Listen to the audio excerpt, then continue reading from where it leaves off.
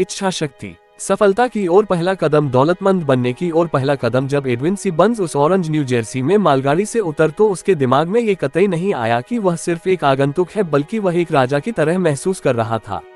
जब उसने Thomas Alva Edison के दफ्तर की ओर रुख किया तो उसका मन काम पर लग गया था। उसने मन ही मन खुद को एडिसन के सामने खड़ा पाया। उसने यह पाया कि एडिसन उसे जिंदगी भर का जुनून एवं चाहत पूरा करने के लिए अपने साथ काम करने का मौका दे रहे हैं। बंस की चाहत सिर्फ एक उम्मीद नहीं थी, नहीं सिर्फ एक साधारण सी इच्छा थी, बल्कि वह इससे भी कहीं ज्यादा थी। यह एक ज्वलंत चाहत थी जिसके लिए वह कुछ भी कर गुजरने को तैयार था। सबसे बड़ी बात यह थी कि उसने मन में यह निश्चय कर लिया था कि उसे यह हासिल ही करना है। मतलब उसकी चाहत निश्चित थी, उसका उद्देश्य दृढ़ था। जब वह एडिसन से मिला तो यह चाहत बंस के लिए नई नहीं थी, बल्कि यह उसके मन में लंबे समय से सबसे अधिक हावी इच्छा थी। हो सकता है कि शुरुआत में यह चाहत सिर्फ एक इच्छा ही रही हो, पर जब वह एडिसन के सामने खड़ा हुआ तो वह सिर्फ एक इच्छा मात्र नहीं थी, बल्कि उससे भी कहीं मजबूत थी, कहीं दृढ़ थी। वर्षों बाद वह फिर से उसी दफ्तर में एडिसन के सामने खड़ा हुआ जहां वह पहली बार मिला था। कुछ इस बार उसकी चाहत वास्तविकता में तब्दील हो चुकी थी। वह एडिसन के साथ व्यवसाय करने लगा था। उसके मन में सबसे हावी सपना वास्तविकता में तब्दील हो चुका था। आज जो लोग बंस को जानते हैं और उनसे ईर्ष्या करते हैं, वह बस इसलिए कि उन्हें लगता है कि बंस को भाग्य की बदौलत एडिसन के साथ काम करने का मौका मिला था। असल में उन लोगों ने बंस को सफलता हासिल करने के बाद देखा हुआ था। सच कहूं तो उन लोगों ने कभी उसके सफल होने के कारणों पर गौर ही नहीं किया। एडिसन के ऑफिस में काम करते हुए 5 वर्ष बीतने के बाद भी बंस को सफल होने की कोई भी उम्मीद नहीं दिख रही थी। न ही ऐसा कुछ हुआ था जिससे वह एडिसन के साथ व्यवसाय में भागीदार हो सके। हर किसी के लिए वह एडिसन के दफ्तर में काम करने वाले सैकड़ों व्यक्तियों में से एक था, पर वह अपने मन पहले दिन से ही एडिसन के व्यवसाय का पार्टनर बन चुका था। बंस की कहानी एक दृढ़ इच्छा शक्ति का बेहतरीन उदाहरण है। बंस सफल इसलिए हुआ क्योंकि उसके मन में इससे बड़ी चाहत कोई नहीं थी कि उसे सिर्फ एडिसन के साथ काम करना है। उसने इसके लिए एक प्लान बनाया और अपने वे सारे रास्ते बंद कर दिए जिनसे वह पीछे पलटकर वापस जा सके।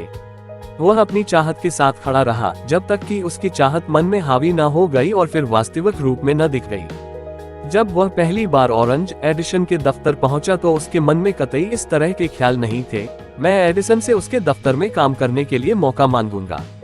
बल्कि उसने ये कहा कि उसे एडिसन के साथ उसके व्यवसाय में साझीदार बनना है। उसने कभी यह नहीं कहा, मैं कुछ महीने यहाँ काम करूंगा, अगर मुझे यहाँ कुछ उत्साहजनक मौके नहीं मिलते हैं तो मैं छोड़कर कोई और नौकरी की तलाश करूंगा। बल्कि उसने यह बात रखी, मैं कहीं से भी शुरुआत करूंगा, आपके लिए सब कुछ करने को तैयार हूँ जो आप कहेंगे, जब तक कि मुझे आपके साथ व्यवसाय करने का मौका नहीं मिल जाता। उसने यह नहीं बोला, अगर मैं एडिसन के इस संस्था में असफल हो जाता हूं तो मैं दूसरे मौकों की तलाश करूंगा। उसने बोला, मुझे जिंदगी में एक ही चाहत है कि मुझे महान थॉमस अल्वा एडिसन के साथ उनके व्यवसाय में भागीदार बनना है, इसलिए मैं पीछे लौटने के सारे रास्ते बंद करके अपने संपूर्ण भविष्य को इसे हासिल करने में लगा दूंगा। बहुत पहले की बात है, एक महान योद्धा हुआ करता था जिसे एक बार युद्ध क्षेत्र में विजय पाने के लिए कड़ा निर्णय लेना पड़ा। उसे अपनी सेना को शत्रु के साथ युद्ध पर लड़ने के लिए भेजना था। शत्रु की सेना संख्या में उसकी सेना से बहुत बड़ी थी। उसने अपने सैनिकों को नाव में बैठाकर नदी के उस पार भेजा और सभी सैनिकों तथा औजारों के उतरने के बाद उसने सभी नावों को आग लगाने की आज्ञा दे दी। फिर युद्ध होने से ठीक पहले उसने अपने सैनिकों से कहा, आप देख रहे हो सारी नावें जल रही हैं, अगर हम अपने शत्रुओं को मार नहीं देते तो अब हमारे पास वापस लौटने का कोई जरिया नहीं है। अब हमारे पास सिर्फ एक ही उपाय है, या तो मिट जाओ या फिर अपने शत्रुओं का नाश कर दो। अंत में हुआ यूं कि वे लोग जीत गए। ठीक उसी योद्धा की तरह हर व्यक्ति को वापस लौटने वाली नाव मिटा देना चाहिए, जला देना चाहिए, लौटने के सारे दरवाजे बंद कर देना चाहिए और चल पड़ना चाहिए अपनी मंजिल की ओर। जब जीत की चाहत जिंदगी के लिए जरूरत बन जाए तो सफलता निश्चित है। उस भयावह शिकागो शहर का आग में झुलसने के अगले दिन कुछ व्यवसायी शहर की एक गली में खड़े होकर राख बन पड़ी अपनी दुकानों को देख रहे थे। उन्होंने एक सभा आयोजित की जहां वे ये निर्णय ले सके कि शिकागो शहर को फिर से बनाना चाहिए या फिर देश की किसी अन्य भूभाग में बेहतर आशाजनक जगह की खोज करनी चाहिए। हर कोई सिर्फ एक ही नतीजे पर पहुंचा कि उन्हें शिकागो शहर छोड़ देना चाहिए और किसी बेहतर जगह की तलाश करनी चाहिए, सिर्फ एक व्यक्ति को छोड़कर। वह व्यवसाय जिसने रुकने और फिर से अपना स्टोव बनाने की हिम्मत जुटाए, उसने अपने साथी व्यवसायियों से उंगली दिखाते हुए कहा, प्रिय मित्रों, मैं ठीक इस जगह पर दुनिया का सबसे बड़ा स्टोव बनाऊंगा, चाहे जितनी दफा ये जल जाए, पर मैं हार नहीं मानूंगा। वह स्टोव बना, यहाँ तक कि आज भी उस राज्य की सत्ता में वह सबसे ऊंचा स्मारक खड़ा हुआ है।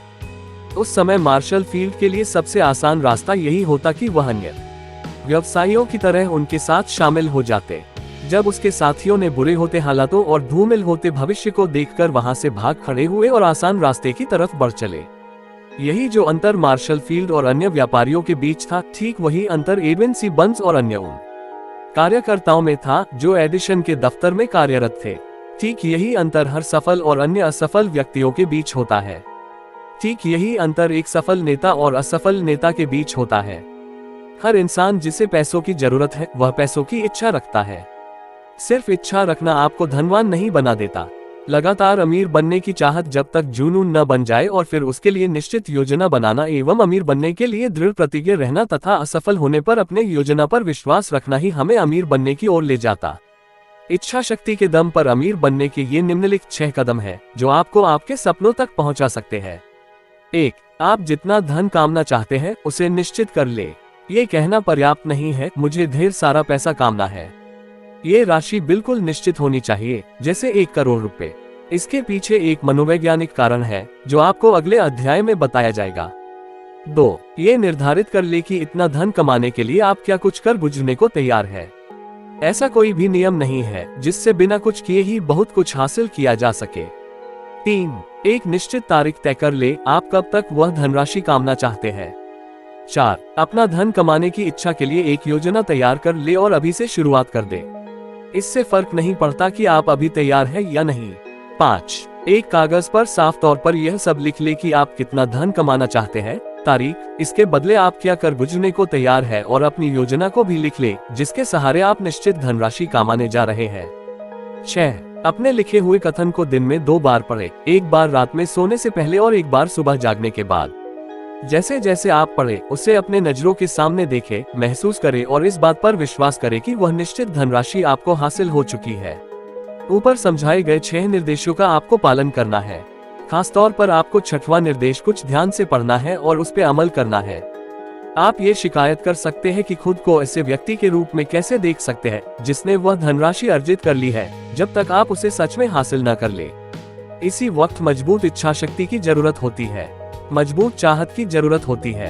अगर आपको सच में उस धनराशि को पाने की चाहत है और वह आपका जुनून है, तो आपको खुद को एक उस धनराशि को अर्जित कर लेने वाले व्यक्ति के रूप में देखने में कोई कठिनाई नहीं होगी। लक्ष्य है धनराशि, बस आपको स्वयं स्वीकार करना है कि आपने वह धन अर्जित कर लिया है, फिर देख लेना प्रकृति आपको वह धनराशि अवश्य देगी। जो लोग धन के प्रति जागरूक रहते हैं वही अमीर बनते हैं। धन के प्रति जागरूक रहने से तात्पर्य यह है कि जो लोग लगातार धन के बारे में सोचते रहते हैं और धन की चाहत रखते हैं, वही लोग खुद को अमीर बनने की स्थिति में तभी देख पाते हैं जब असल में वे नहीं होते हैं। जिन लोगों को इंसानी दिमाग के बारे में अधिक जानकारी नहीं है, वे लोग इन सिद्धांतों को अव्यवहारिक कह सकते हैं, पर ये 6 नियम हर किसी की जिंदगी में मदद कर सकते हैं। ये जानकारी उस व्यक्ति एंड्रू कार्नेगी के द्वारा मिली थी जिसने एक स्टील मिल में एक सामान्य मजदूर की तरह जिंदगी की शुरुआत की थी, पर इस सामान्य सी शुरुआत के बावजूद उसने इन सिद्धांतों को अमल में लाकर $10 करोड़ से अधिक दौलत कमा ली। ऊपर दिए 6 कदमों को थॉमस अल्वा एडिसन ने भी जांचा परखा और फिर इसे सत्यापित किया कि ये 6 नियम सिर्फ धन कमाने में ही नहीं प्रयोग में लाए जा सकते, बल्कि किसी भी लक्ष्य को हासिल करने के लिए प्रयोग किए जा सकते हैं। इन 6 कदमों को प्रयोग में लाने के लिए कोई खास मेहनत की आवश्यकता नहीं होती, न ही किसी त्याग की जरूरत होती है, न ही इन्हें अमल में लाने के लिए कोई बहुत अधिक शिक्षा की जरूरत होती है। पर इन कदमों का सफल प्रयोग पर्याप्त कल्पना के माध्यम से ही संभव है। इस बात को जानने की जरूरत है कि धन भाग्य या फिर अच्छी तकदीर से नहीं प्राप्त होता, बल्कि उसकी कल्पना करनी पड़ती है। जिस किसी ने भी अपनी बेहतरीन तकदीर का निर्माण किया है, उन सभी ने एक निश्चित मात्रा में सपने देखे हैं, उम्मीद की है, ज्वलंत इच्छा रखी है और योजना बनाई है, इससे पहले कि वह निश्चित धनराशि अर्जित कर पाते। आपको ये भी पता होना चाहिए कि सभ्यता के प्रारंभ से ही जितने महान नेता हुए हैं, वे बहुत बड़े स्वप्नदर्शी थे। अगर आप महान अमीर लोगों की अपने मन में कल्पना नहीं कर सकते, तो आप कभी अपने बैंक में उतना धन नहीं देख सकते। सच्चे स्वप्नदर्शियों के लिए जितने अवसर आज है, उतने अवसर इससे पहले कभी नहीं थे। इस भागती दौड़ती दुनिया में जो लोग अमीर बनना चाहते हैं, उन्हें ये जानकर प्रेरणा मिलेगी कि आज दुनिया को नए विचार, काम करने के नए तरीके, नए नेता, नए आविष्कार, शिक्षा की नई तकनीकी, बेचने के नए तरीके, नई पुस्तकें, नया साहित्य, बीमारियों के नए इलाज और व्यापार तथा जिंदगी के लिए नए दृष्टिकोण की आवश्यकता है। इन सब नई मांग के बीच एक बात निश्चित है कि अगर आपको जीतना है तो आपके पास निश्चित उद्देश्य, ज्ञान और मजबूत इच्छा शक्ति का होना जरूरी है। ये सब हासिल करने के लिए सच्चे स्वप्नदर्शी की जरूरत होती है, जो अपने स्वप्नों को कार्यों में तब्दील कर सके। सच्चे स्वप्नदर्शी हमेशा से थे, हैं और रहेंगे। यही वे लोग होते हैं जो विश्व का सांचा बनाते हैं। जो सच में बड़े नेता हुए हैं, उन्होंने अपने सपनों, नए अवसरों और अनदेखी चीजों को वास्तविकता में बदला है। इन लोगों ने अपनी विचार शक्ति से शहरों, हवाई जहाज, फैक्ट्रियां, कार, बढ़िया स्वास्थ्य और जिंदगी को सुगम बनाने के नए तरीकों का ईजाद किया है। आज सपने देखने वालों में दो जरूरी विशेषताएं होनी ही चाहिए: एक सहनशीलता और खुली सोच। जिन लोगों को नएपन से डर लगता है, उनके सपने शुरू होने से पहले ही दम तोड़ देते हैं। नेताओं के लिए आज से बढ़िया समय कभी नहीं था। आजकल बहुत ही प्रचुर मात्रा में व्यापार, आर्थिक और औद्योगिकरण को नए सांचे में डालकर नए तरीके से काम किया जाने का वक्त है। अगर आप दौलतमंद बनने की योजना बना रहे हैं तो किसी को अपने सपनों का मजाक मत उड़ाने दीजिए। अगर आप जीतना चाहते हैं तो आपको उन व्यक्तियों के जज्बा को जीना पड़ेगा जिनके भूतकाल में देखे गए सपनों ने सभ्यता को नई ऊंचाइयां दी, वह आत्मा दी जिससे हम लोग इस समाज में मिलजुल कर रह सके। आपको और हमें आगे बढ़ने को और दुनिया को अपनी प्रतिभा दिखाने का मौका मिला। उस कोलंबस को मत भूलिए जिसने एक अज्ञात दुनिया की कल्पना की और उसे खोजने के लिए अपनी जिंदगी झोंक दी। अंत में वह सफल भी हुआ। कोपर्निकस एक महान ज्योतिष जिसने दुनिया की बाहुल्यता का सपना देखा और उसकी खोज कर दिया। सच ही कहा गया है कि सफलता पाने के बाद सारी गलतियां माफ हो जाती है और असफल होने के बाद कोई बहाना भी काम नहीं करता। अगर जो आप चाह रहे हैं वह सही है और उस पर आपको विश्वास है तो उसे हासिल करने के लिए आगे बढ़िए। आप अपने सपनों को झोंक दीजिए और अगर कभी आप अस्थायी रूप से असफल भी हो जाए तो उन लोगों की बातों को अपने दिमाग पर हावी मत होने दीजिए, क्योंकि उन्हें नहीं पता कि ये अस्थायी असफलता कामयाबी का द्वार खोलती है। हेनरी फोर्ड एक अनपढ़ और गरीब व्यक्ति जिसने बिना जानवरों के चलने वाली गाड़ी का सपना देखा। उसने उस वक्त का इंतजार नहीं किया जब उसके पास ऐसे साधन उपलब्ध होंगे जो उस गाड़ी को बनाने के लिए मददगार होंगे, पर उसके पास जो कुछ भी था वहीं से काम करना प्रारंभ कर दिया और आज पूरी दुनिया उसके पहियों पर चल रही है। उसने दुनिया में इतनी गाड़ियां चला दी जितना किसी अन्य व्यक्ति ने कभी नहीं चलाई। ये सब इसलिए संभव हुआ क्योंकि उसे अपने सपनों पर विश्वास था। थॉमस अल्वा एडिसन ने विद्युत से चलने वाले बल्ब का आविष्कार करने का सपना देखा। इससे पहले कि उसका ये सपना सच हो पाता, वो 10,000 बार असफल हुआ। सच्चे स्वप्नदर्शी काम को बीच में नहीं छोड़ते। लीकला ने काले नौकरों की स्वतंत्रता का सपना देखा, अपने सपनों को कार्यान्वित किया और कभी इस बात को मन से जाने नहीं दिया कि उत्तर और दक्षिण अमेरिका एक साथ संयुक्त हो जाएंगे, जब तक कि यह असल में हो नहीं गया। राइट बंधुओं ने हवा में उड़ने का सपना देखा और आज पूरी दुनिया हवा में उड़कर एक जगह से दूसरे जगह जाती है। मार्कोनी ने हवा में संदेश भेजने का सपना देखा। उसके सपनों का परिणाम ये हुआ कि आज हम सभी के पास रेडियो है, टीवी है और मोबाइल फोन है। साथ ही साथ मार्कोनी के सपने ने उसे उसका केबिन और घर भी दिला दिया। इसने दुनिया के एक छोर में रहने वाले व्यक्ति को दूसरे छोर में रहने वाले व्यक्ति से जोड़ दिया। तुरंत कुछ ही क्षणों में कोई भी समाचार, सूचना और मनोरंजन संपूर्ण विश्व में फैल जाता है। आपको ये जानकर हैरानी होगी कि मार्कोनी के दोस्तों ने उन्हें हिरासत में ले लिया था और एक मनोवैज्ञानिक के पास इलाज के लिए ले गए, जब उसने उनसे ये बताया कि उसने एक ऐसे सिद्धांत की खोज की है जिससे हवा में संदेशों को एक स्थान से दूसरे स्थान पर बिना किसी तार के भेज जा सकता है। आज सच्चे स्वप्नदर्शियों के लिए बेहतर अवसर प्राप्त है। आज दुनिया को नए विचारों की आवश्यकता है, विश्व को नए आविष्कार की आवश्यकता है। आज दुनिया को आपके जैसे स्वप्नदर्शी की आवश्यकता है। रे क्रोच एक और बेहतरीन उदाहरण है जिन्होंने अपने सपने साकार किए। क्रोच मिल्कशेक का मिश्रण बेचा करता था। उसके मुख्य ग्राहक रेस्टोरेंट और मिठाई वाले हुआ करते थे।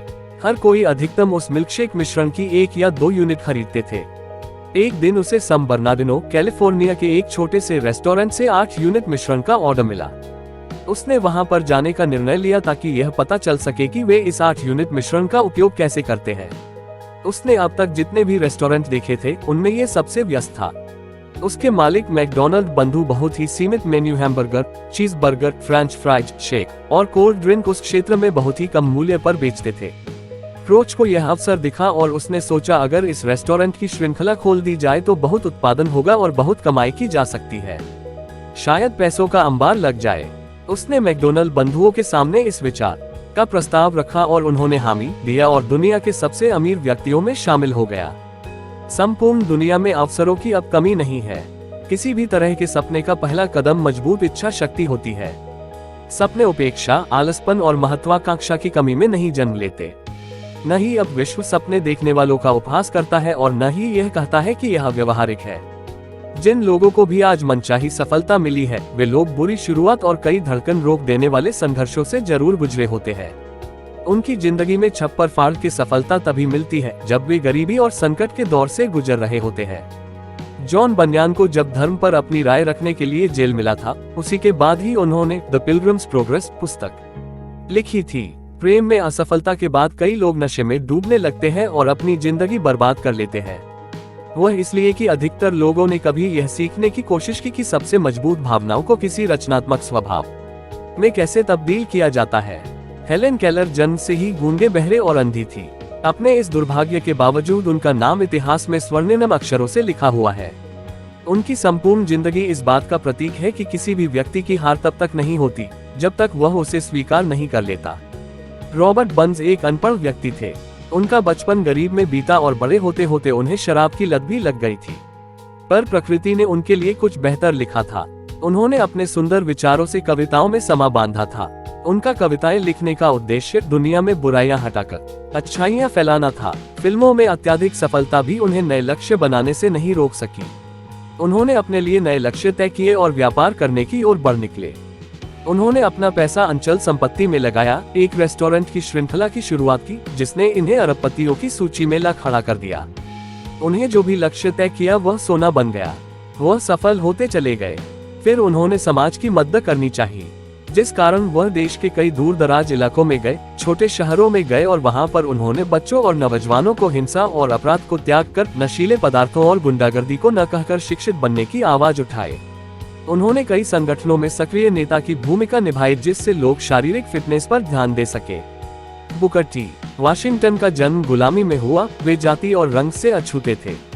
वह सहिष्णु, सभी तरह के विषयों में खुले विचारों वाले और एक सपने देखने वाले व्यक्ति थे। उन्होंने सभी तरह की जातियों में अपनी अच्छी छवि बना ली थी। बीथोवेन बहरे थे, मिल्टन अंधे, परंतु जब तक ये दुनिया रहेगी उनके नाम भी स्वर्णिम अक्षरों में ऐसे ही लिए जाते रहेंगे क्योंकि उन्होंने सपने देखे और उन्हें साकार किए। अर्नाल्ड श्वार्ज़नेगर एक अन्य व्यक्ति है जिन्होंने अपने सपनों को साकार किया। उन्हें दुनिया ने पहली बार दुनिया तब जाना जब बेहतरीन भारोत्तोलक को मिस्टर यूनिवर्स का खिताब दिया गया। पर श्वार्ज़नेगर सिर्फ एक मस्क्यूलर व्यक्ति नहीं थे। उनकी जिंदगी में सपने और लक्ष्य थे। सपने साकार करके वे एक धनी व्यापारी, सबसे अधिक मेहनताना लेने वाले फिल्म अभिनेता और अब कैलिफोर्निया के राज्यपाल बन गए। उनका जन्म ऑस्टिन में हुआ और बचपन भी वहीं गुजरा। बचपन से ही उन्होंने भारोत्तोलन की ट्रेनिंग प्रारंभ कर दी थी। 18 वर्ष की आयु में उन्होंने बॉडी बिल्डिंग की पहली प्रतियोगिता जीती। इसके बाद 5 बार लगातार मिस्टर यूनिवर्स बनने का खिताब भी उनके नाम ही है। फिर वे यूनाइटेड स्टेट्स विस्थापित हो गए और वहां पर भी ऐसी ही प्रतियोगिताएं जीतते रहे। हालांकि उन्होंने बॉडी बिल्डिंग में क्षेत्र में वह सब कुछ हासिल कर लिया था जो किसी अन्य व्यक्ति को प्राप्त करना मुश्किल होगा। उन्हें अब इस क्षेत्र में कोई चुनौती नहीं दिखी, इसलिए उन्होंने अपनी प्रतिभा को अन्य क्षेत्रों में भी आजमाने के बारे में विचार किया। उनकी शारीरिक गठन की ट्रेनिंग ने उन्हें ये सिखा दिया था कि आम जनमानस को इन सब की जानकारी नहीं है और ये जानकारी सभी से साझा करनी चाहिए।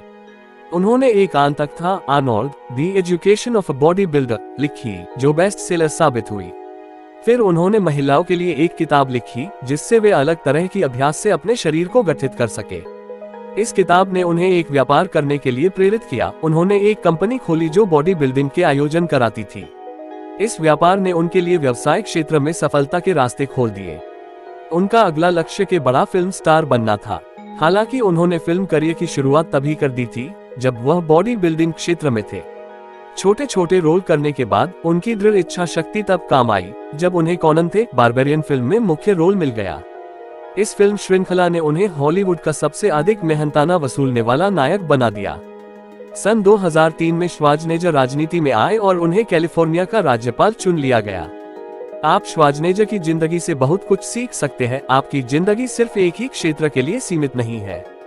श्वार्ज़नेगर ने भी अपना जीवन सिर्फ बॉडी बिल्डिंग के क्षेत्र में ही झोंक दिया होता तो भी वह काफी सफल हो जाता, पर उसने इससे कहीं ज्यादा का सपना देखा। उसने ऊंचे लक्ष्य निर्धारित किए जिनमें चुनौतियां थी और उन्हें हासिल कर लिया।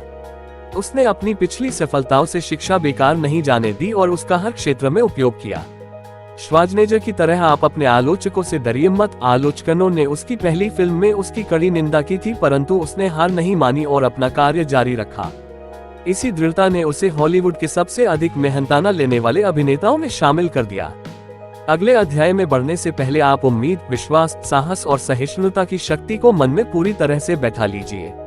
अगर आपके पास यह मनस्थिति और इन सिद्धांतों के काम करने के नियम ढंग से पता है तथा इन्हें अमल कर रहे हैं तो ये समझ लीजिए आप वह सब हासिल करने के लिए तैयार है जो आप चाहते हैं। सिर्फ किसी वस्तु की इच्छा रखने और उसे हासिल करने के लिए तैयार होने में फर्क होता है। किसी भी व्यक्ति का मन उस वस्तु को तब तक हासिल करने के लिए तैयार नहीं होता जब तक उसके मन पूरी तरह से यह विश्वास न कर ले कि उसे वह वस्तु मिल चुकी है। यह मनस्थिति विश्वास की होती है, न कि सिर्फ उम्मीद और इच्छा की। इस तरह का विश्वास पाने के लिए आपका मन पूर्ण रूप से पूर्वाग्रह मुक्त होना चाहिए। पूर्वाग्रह होने पर आप इच्छा, साहस और विश्वास जगा नहीं सकते। गरीबी, कंजूसी, इन सब को हासिल करने से अधिक प्रयास खुशियां और समृद्धि को हासिल करने के लिए नहीं करना पड़ता है। एक महान कवि ने अपनी कविता में सही कहा है, मैंने धन के लिए जीवन से सौदेबाजी की और जिंदगी आपको उससे अधिक नहीं देगी। मैंने शाम को भीख मांगा, फिर मेरे पास प्राप्त कुछ सिक्कों को गिनने बैठ गया। जीवन ABS एक नियोक्ता है, वह आपको वह देता है जो आप मांगते हो, पर एक बार आपने औकात नाप ली, उसके बदले आपको बहुत काम करना पड़ेगा। मैंने एक नौकर भाड़े पर लिया, सिर्फ ये जानने के लिए वह कितना निराश है। मुझे पता चला कि मैंने ईश्वर से कुछ भी मांगा होता, उसने राजी खुशी से भुगतान कर दिया होता। मैरी के ऐश, जो मैरी के कॉस्मेटिक की संस्थापक है, उन्होंने अपनी और विश्व भर में अपने कंपनी के काम करने वाले, जिनकी अब 25,000 की संख्या है, कंसल्टेंट्स की सफलता का राज आत्मविश्वास बताया। उनका ये करियर साल पहले प्रारंभ हुआ था जब उन्होंने स्टेनली होम प्रोडक्ट्स में काम करना शुरू किया। उन्होंने कई बार इस बात को स्वीकार किया है कि अपने इस काम के प्रथम वर्ष में वह सफल नहीं हो पाई थी और इस काम को छोड़ देना चाहती थी, पर उनकी सोच तब बदली जब उन्होंने स्टैनले सल्स का सेमिनार में भाग लिया। उन्होंने बताया उस वर्ष कंपनी की प्रतियोगिता में खूबसूरत, लंबी और सफल महिला को रानी के खिताब से नवाजा जाना था और उस वर्ष उस महिला को वह खिताब मिला जिसकी किसी ने उम्मीद ही नहीं की थी। मैंने निर्णय लिया कि मैं स्टेज पर जाऊंगी और अध्यक्ष से बात करूंगी और उन्हें अगले वर्ष रानी का यह खिताब जीतने का इरादा बताऊंगी। श्रीमान बेवरेज मुझ पर हंसे नहीं, बल्कि उन्होंने मेरी आंखों की तरफ देखा और कहा, मुझे भी लगता है कि तुम जीत सकती हो। इन शब्दों ने मेरी जिंदगी में जान डाल दी और अगले वर्ष मुझे रानी का खिताब दिया गया। मैरी के ने इस बात को बताया कि सफलता हासिल करने का पहले कदम यह है कि आप खुद पर विश्वास रखें कि आप योग्य हैं और आप उस सफलता के असली हकदार हैं। उन्होंने अपने एक लेख में कामयाबी हासिल करने के लिए कुछ कदमों का अभ्यास करने के लिए बताया है। वे 4 कदम निम्न है। खुद को सफल व्यक्ति के रूप में महसूस कीजिए। हमेशा खुद को सफल व्यक्ति के रूप में देखें। उस व्यक्ति को सोचें जिसके जैसे आप बनना चाहते हैं। हर दिन कुछ वक्त अकेले बिताए। आराम से शिथिल होकर बैठ जाए। अपनी आंखें बंद कर लीजिए और अपनी चाहत और लक्ष्य पर ध्यान दीजिए। अपने आप को एक नए वातावरण में देखिए जिसकी आप कल्पना करते हैं। खुद को योग्य समझिए और आत्मविश्वास से ओतप्रोत हो जाए। पिछली सफलताओं को याद कीजिए। हर कामयाबी, चाहे वह छोटी हो या बड़ी, वह ये सिद्ध करती है कि आप योग्य हैं और सफल हो सकते हैं। पिछली सफलताओं को सेलिब्रेट कीजिए और जब भी आप निराश हो उन कामयाबी को याद कीजिए। लक्ष्य निर्धारित करें। साफ तौर पर यह तय कर ले कि आपको क्या चाहिए। इस बात से हमेशा चेतन न रहिए और अपने लक्ष्य से कभी भ्रमित न होइए। जिंदगी के लिए सकारात्मक रवैया रखें। खुद का सकारात्मक चित्र बनाएं। आपकी जिंदगी, कार्य और निर्णय सभी में विश्वास रखें और सकारात्मक रहे। इच्छा शक्ति से प्राकृतिक नियमों पर भी विजय हासिल की जा सकती है। अब मैं आपके ऐसे पुरुष की असामान्य कहानी बताने जा रहा हूँ जिससे चमत्कारिक पुरुष मैंने आज तक देखा ही नहीं, जिसे मैंने जन्म लेने के कुछ मिनट बाद देखा था। उसके कान नहीं थे। पहले तो डॉक्टरों ने कुछ भी बताने से मना किया, पर जब उन पर दबाव डाला गया तो उन्होंने बताया कि शायद ये बच्चा कभी बोल और सुन नहीं पाएगा। मैं डॉक्टर के विचार से सहमत नहीं था और मैं ऐसा कर सकता हूँ क्योंकि मैं उस बच्चे का पिता हूँ। मैंने मन ही मन डॉक्टर के विचार को चुनौती दे दी और खुद एक निर्णय ले बैठा कि ईश्वर बिना कान के मेरे बच्चे को इस दुनिया में भेज सकता है, पर वह उसे पूरी जिंदगी इस तरह यातनापूर्ण जीने के लिए विवश नहीं कर सकता। मैंने ये सोच लिया था कि मेरा बेटा सुनेगा भी और बोलेगा भी। यह मुझे नहीं पता था कि यह सब कैसे होगा, पर मैं इस बात पर जरूर विश्वास करता था कि जहाँ चाहे वहाँ राह है। मुझे महान एमर्सन की बात ध्यान आई, दुनिया की हर वस्तु सिर्फ एक ही बात सिखाती है, वह है विश्वास। हमें सिर्फ विश्वास करके प्रकृति के नियमों का पालन करना है। ये हम सभी पर समान रूप से लागू होती है। कभी आंख बंद करके आवाज सुनिए, प्रकृति आपको रास्ता जरूर दिखाएगी। वह रास्ता सिर्फ एक ही था, इच्छा शक्ति। मैंने अपने अंदर यह इच्छा शक्ति जगा ली थी कि मेरा बेटा सारी जिंदगी गूंगा और बहरा तो नहीं रह सकता। मैंने इस इच्छा शक्ति को कभी अपने मन से जाने नहीं दिया, यहाँ तक कि एक पल के लिए भी नहीं। कुछ वर्षों पहले मैंने लिखा भी था, हमारी सबसे बड़ी रुकावट हमारे मन में पड़े विचार ही है। अगले ही पल मैंने बिस्तर पर लेटे हुए अपने नवजात शिशु को देखा और यह सोचा कि अगर यह सब सही है तो मेरा बेटा बिना कानों के भी सुन सकता है। मैंने प्रण कर लिया कि अपने बच्चे के मन में कतई यह बात आने नहीं दूंगा कि वह सुन और बोल नहीं सकता। इसके लिए चाहे मुझे जो भी करना पड़े। मैंने ये प्रतिज्ञा कर ली कि अपने बेटे के मन में बोलने और सुनने की अपनी मजबूत चाहत के बीज रोप दूंगा, और वह जरूर एक दिन बिना किसी उपकरण के सुनने और बोलने लगेगा। जब बच्चा थोड़ा सा बड़ा हुआ कि वह मेरे साथ सहयोग कर सके, मैंने अपनी मजबूत इच्छा शक्ति को भी उसके अंदर जगाने की कोशिश करने लगा, ताकि यह चाहत सत्य के रूप में हमारे सामने आ सके। मैं हर रोज उसके कान के पास ये सब बोलता, ताकि मेरे बेटे का मन तनिक भी यह स्वीकार न कर सके कि वह सुन नहीं सकता। जैसे ही वह थोड़ा और बड़ा हुआ, वह आसपास की वस्तुओं पर ध्यान देने लगा। हमने यह महसूस किया कि बेशक बहुत कम ही, पर बच्चे को हल्का सा सुनाई तो देता था। जिस उम्र में बच्चे बोलने लगते हैं, वह बोल तो नहीं पाता था, पर वह कुछ आवाजों को सुन जरूर लेता था। बस हमें यही चाहिए था। मुझे यह विश्वास हो गया था कि मेरा ये तरीका काम कर रहा है। तभी कुछ ऐसा हुआ जिसने मुझे उत्साहित कर दिया, अचंभित कर दिया एवं आशा से भर दिया। ऐसा कुछ उस साधन से हुआ जिससे हमने कभी उम्मीद नहीं किया था। हम एक टेप रिकॉर्डर लाए हुए थे। जब उस बच्चे ने एक गाना सुना तो वह उत्साहित हो गया था और गाने को सुनकर कुछ प्रतिक्रिया देने लगा। वह कुछ तरह के गांव में उत्साह दिखाने लगा था। उनमें से एक गाना था। एक बात तो वह एक गाना चलाकर 2 घंटे तक खड़े खड़े सुनता रहा। हमें तब तक इस बात का पता नहीं चला कि ऐसा क्यों हो रहा है, जब तक हमने आवाज का अस्थिर चालन सिद्धांत के बारे में जानकारी नहीं थी। जब वह टेप रिकॉर्ड पर प्रतिक्रिया देने लगा था, मुझे यह मालूम पड़ा कि जब मैं उसके कान के पास या फिर दिमाग के पास जाकर कुछ बोलता हूँ तो उसे समझ आता है। मैंने अपनी मजबूत इच्छा शक्ति को इसी माध्यम से उसके अंदर जगाता था, पर अभी तक जो परिणाम निकाला था वह इतना उत्साहित करने वाला नहीं था। फिर भी मेरी इच्छा शक्ति ने मेरे विश्वास का साथ दिया और ऐसी किसी भी नकारात्मक बात को मन में आने से पहले ही निकाल फेंका। मेरी दृढ़ प्रतिज्ञा का फल ये हुआ कि मेरा बच्चा मेरी आवाज को ठीक ठीक सुनने लगा था। मैं उसके मन में यह भरने से कभी नहीं चूकता था कि वह बोल और सुन सकता है। मैंने यह अनुभव किया कि बच्चों को दादी नानी की कहानी सुनना अच्छा लगता है। मैं ऑफिस जाता, वहां पर उसके लिए कहानी लिखता और रात में सुनाता। साथ ही साथ उसके मन में ये भी भरता कि वह बिल्कुल ठीक है और सुन एवं बोल सकता है। एक कहानी जब मैं सुनाता हूँ तो उसको हर बार एक अलग तरीके से सुनाता हूँ, उसे अलग रंगों से भर देता हूँ। उसका उद्देश्य उसके मन में ये भरना था कि उसका ये शारीरिक दोष कोई कमी नहीं है, बल्कि यह उसके जीवन की एक बड़ी संपत्ति बनेगी। एक कहानी जब मैं सुनाता हूँ तो उसको हर बार एक अलग तरीके से सुनाता हूँ, उसे अलग रंगों से भर देता हूँ। उसका उद्देश्य उसके मन में ये भरना था कि उसका ये शारीरिक दोष कोई कमी नहीं है, बल्कि यह उसके जीवन की एक बड़ी संपत्ति बनेगी। गीता में भी लिखा है, कुछ अवसाद अच्छे के लिए होते हैं। और मैंने ऐसी फिलॉसफी को आजमाया भी है और मुझे ठीक तरह से पता है कि हर कमी अपने साथ उतनी ही अच्छाइयां भी लिए होती है। मुझे थोड़ा सा अंदाजा था इस कमी को किस तरह से उसकी संपत्ति के रूप में बदलनी है, और मैं हर रोज उसे कहानियों में पिरोकर उसके मन में ये भरने की कोशिश करता कि उसकी यह विकलांगता को दुनिया के बड़े काम आ सकती है। मुझे ये बताया गया था कि उसके कानों में ऐसी कोई चीज नहीं है जिससे सुना जा सके। इससे पहले कि मैं निराश होता, मेरी इच्छा शक्ति ने मेरे विश्वास को डगमगाने नहीं दिया। मैंने अपने बेटे के अंदर भी यह विश्वास जगा दिया था। सबसे खास बात उसकी अब ये थी कि वह मुझसे प्रश्न नहीं करता था और हर बात को मान लेता था। मैंने हर तरह से उसके मन में यह बात भर दी थी कि उसे अपने भाई से अधिक अच्छे परिणाम मिलेंगे। उदाहरण के तौर पर यह बच्चा सभी अध्यापकों के लिए विशेष था, इसलिए उस पर अधिक ध्यान देना लाजमी था। उसकी माँ ने उन अध्यापकों से मिलकर यह समझा दिया था कि उसे अधिक ध्यान दिया जाए। जब वह इतना बड़ा हो गया कि वह समाचार पत्र वितरण कर सके तो मैंने उसे यह समझाना शुरू कर दिया कि वह अपने भाई, उसका बड़ा भाई बाजार में समाचार पत्र बेचता था, से अधिक पैसा कमा सकता है, क्योंकि वह अपने भाई से अधिक बुद्धिमान और मेहनती है।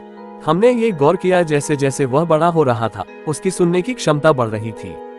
दूसरी तरफ उसके मन में अपनी कमी को लेकर ध्यान देने की आदत कतई नहीं थी। जब वह 7 वर्ष का हुआ तब उसने पहली बार हमारी मेहनत को सफल सिद्ध किया। कुछ महीने तक उसने अपनी माँ से बाहर बाजार में समाचार पत्र बेचने की अनुमति मांगी, पर उसकी माँ उसके बहरेपन की वजह से डरी हुई थी। एक माँ की तरह उनकी भी चिंता वाजिब थी कि कहीं उसे कुछ सुनाई न दे और कोई दुर्घटना हो बैठे। फिर एक दिन अचानक वह मौका देखकर रसोई की खिड़की से कूदकर बाजार भाग गया। वहां एक मोची से उसने 6 सेंट लिए और उससे समाचार पत्र खरीदे, फिर बेच दिया। एक बार जब वह समाचार पत्र बेच चुका तो उसने फिर से खरीदा और बेचा।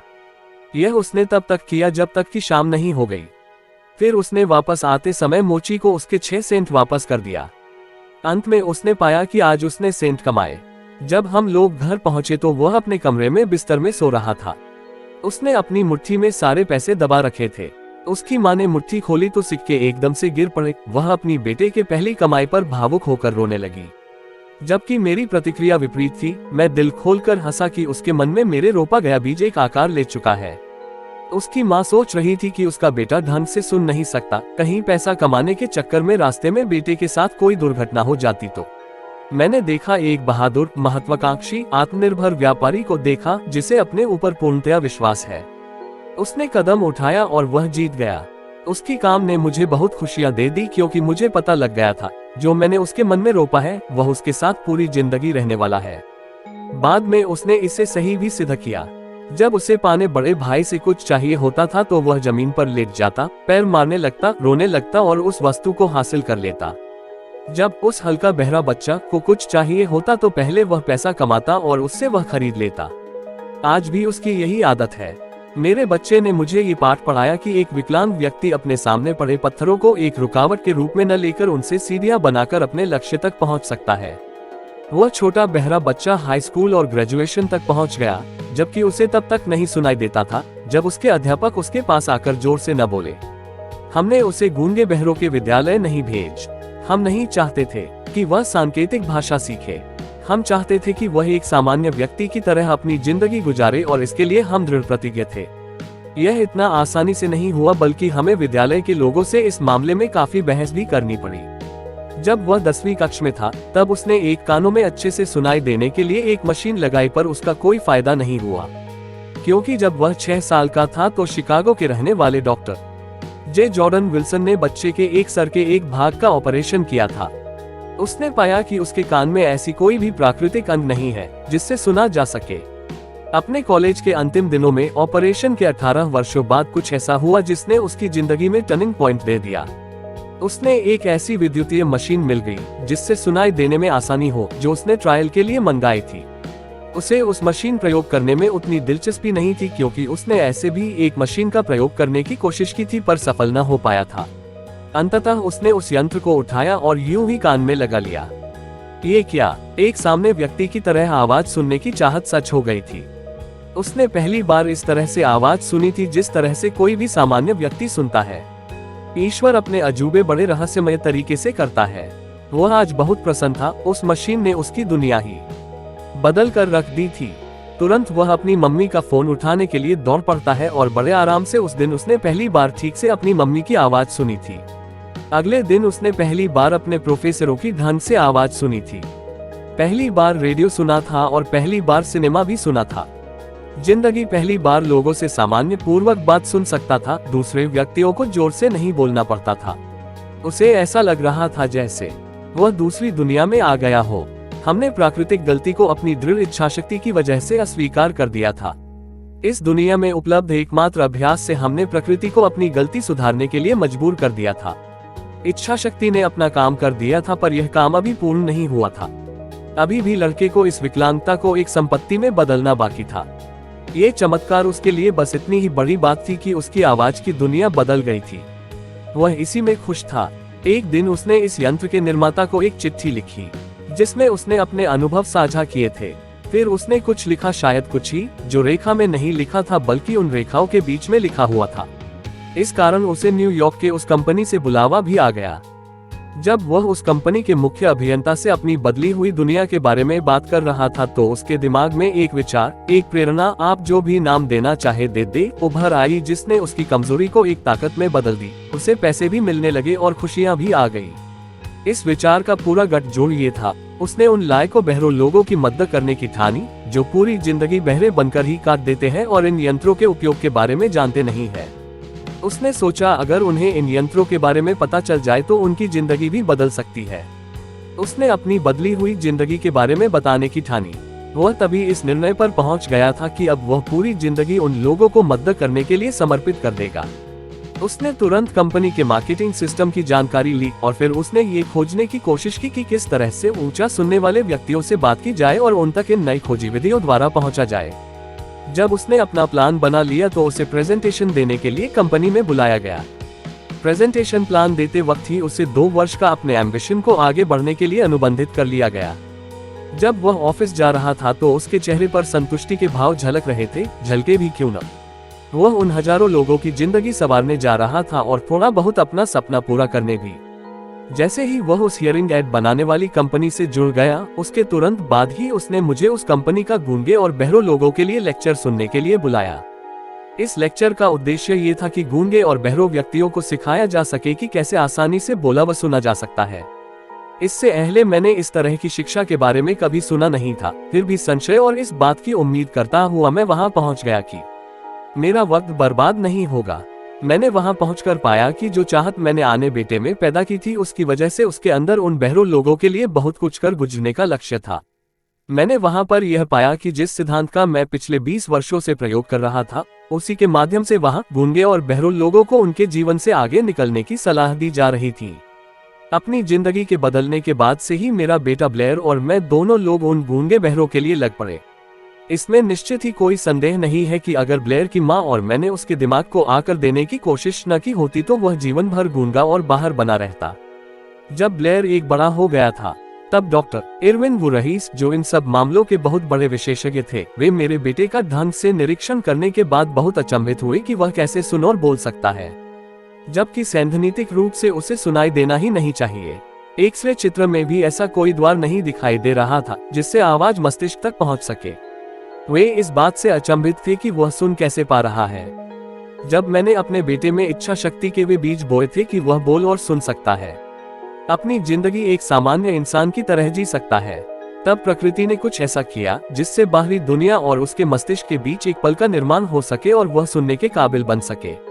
उस बात का पता बड़े बड़े विशेषज्ञ डॉक्टर भी नहीं लगा पा रहे थे। यह मेरे लिए भी ईश्वर के किसी चमत्कार से कम नहीं था। मैं अगर इस बात को पूरी दुनिया के साथ न साझा करता तो शायद मैं कभी खुद को माफ न कर पाता। इस अनुभव को आप सभी से साझा करके मैं खुद को बहुत खुशकिस्मत मान रहा हूँ। ये सब कुछ ऐसे नहीं हुआ, मुझे इस बात का विश्वास था, क्योंकि इसका भी एक कारण था कि मुझे पता अगर आपके अंदर कोई चाहत हो और उसमें विश्वास हो जाए तो यह इच्छा शक्ति आपको कुछ भी हासिल करा सकती है। मुझे इस बात में कोई संदेह नहीं था कि एक मजबूत इच्छा शक्ति से आप किसी भी चीज को वास्तविकता में जन्म दे सकते हैं। ब्लेयर ने खुद को एक आम इंसान की तरह सुनने का सपना देखा और उसने वह हासिल कर लिया। उसका जन्म एक अपंग बच्चे की तरह हुआ था, जो इस बात के लिए काफी था कि बिना किसी चाहत के वह सड़कों पर पेन या कप बेचता नजर आए। अब वही विकलांग बच्चा कई लाखों लोगों की मदद कर रहा था जिन्हें ऊंचा सुनाई देता है। ये सिर्फ मदद करना ही नहीं था बल्कि उसको रोजगार भी मिल गया था, जिस वजह से वह आराम पूर्वक पूरी जिंदगी व्यतीत कर सकता था। जो सफेद झूठ मैं बचपन से उसके मस्तिष्क में भरने की कोशिश कर रहा था कि वह अपनी कमजोरी को अपनी ताकत में बदल सकता है, उसने इस बात को सच सिद्ध कर दिया। दुनिया में ऐसा कुछ भी सही या गलत नहीं है जिसे मजबूत इच्छा शक्ति और विश्वास के द्वारा वास्तविकता में तब्दील न किया जा सके। ये हर किसी पर समान रूप से लागू होता है।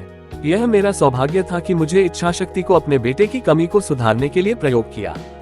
इससे अच्छा शायद ही किसी को इतना नजदीक इस सिद्धांत का प्रयोग करने का मौका मिले।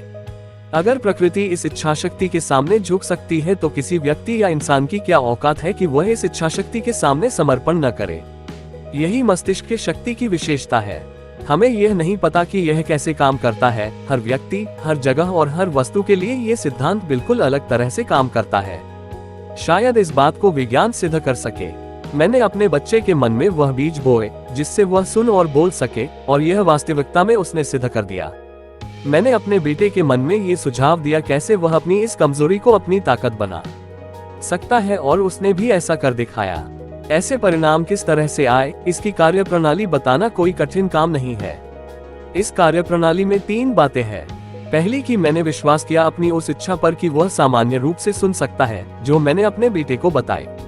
दूसरा कि मैंने हर उस उपलब्ध तरीके से अपनी बात को दृढ़तापूर्वक लगातार प्रयास से उस तक पहुंचाई। तीसरा महत्वपूर्ण, उसने मुझ पर विश्वास किया। कई वर्षों बाद मेरे साथ काम करने वाले एक सहयोगी बीमार पड़ गए। उनकी हालात दिन प्रतिदिन बदतर होती जा रही थी। अंत में उन्हें अस्पताल में ऑपरेशन करने के लिए भर्ती कराया गया। जब वे ऑपरेशन थिएटर की तरफ पहियों वाले पलंग पर लेटकर जा रहे थे, तब मैंने उनकी ओर देखा और यह सोच में डूब गया कि इतने दुबले पतले और कमजोर व्यक्ति का ऑपरेशन कैसे हो सकता है। क्या ये ऑपरेशन सफल हो भी पाएगा या नहीं। डॉक्टर ने भी हमें ये चेतावनी दे दी थी कि उनका बचकर वापस आने के बहुत कम उम्मीदें हैं। पर यह डॉक्टर की राय थी, यह मरीज की राय कतई नहीं थी।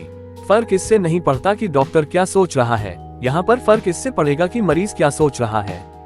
उसने जाते हुए मुझसे कहा, मित्र चिंता मत करो, जल्द ही मैं वापस आऊंगा और आपके साथ काम पर लगूंगा। नर्स ने मेरी तरफ दया भरी नजरों से देखा, परंतु वह मरीज ऑपरेशन के बाद सफलतापूर्वक ठीक होकर आ गया।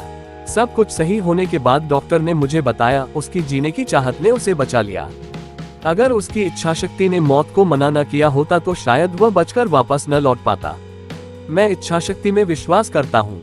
मैंने गरीबी से उठते हुए देखा है लोगों को, सैकड़ों असफलताओं के बाद सफलता की बुलंदियां छूते देखी है लोगों को। मैंने अपने विकलांग बेटे को एक सामान्य और सफल जिंदगी जीते हुए भी देखी है, जबकि जन्म लेते ही प्रकृति ने उसे कान दिए ही नहीं थे। इस अध्याय में अपने पढ़ा कैसे कोई अपनी इच्छा शक्ति का उपयोग कर सकता है। मजबूत इच्छा शक्ति से आप वह सब कुछ पा सकते हैं जो आप सोचते हैं। ये सब संभव है उस मस्तिष्क रसायन से जो प्रकृति आपको मजबूत इच्छा शक्ति होने पर खोलता है। दुनिया में कुछ भी असंभव नहीं है, वह सब कुछ आप पा सकते हैं जो में आप सोचते हैं।